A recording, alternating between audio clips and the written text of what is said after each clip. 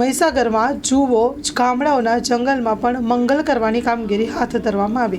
લુણાવાડા તાલુકાના જંગલ વિસ્તારના વિવિધ ગામોમાં ફોરેસ્ટ વિભાગ દ્વારા અનોખી કામગીરી હાથ ધરવામાં આવી। મળતી વિગતો અનુસાર જે ગામોમાં જંગલ વિસ્તાર આવેલા છે તે ગામોને ફોરેસ્ટ વિભાગ દ્વારા જંગલ વિસ્તારની હદ પાલી કરીને સરહદ બનાવીને વિવિધ વનસ્પતિના છોડો તેમજ ઝાડનો ઉછેર કરવામાં આવશે।